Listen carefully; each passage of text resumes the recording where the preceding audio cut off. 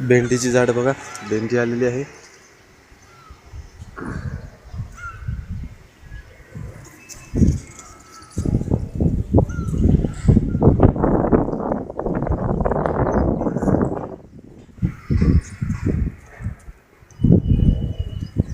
हे तेरड्याचं झाड आहे, जे गणपतीला फुले आवडतात. मित्रांनो, इथे बघू शकता, इथे पावट्याचा वेल आलेला आहे. इथे फुलं शेंगा तुम्ही बघू शकता. या इथे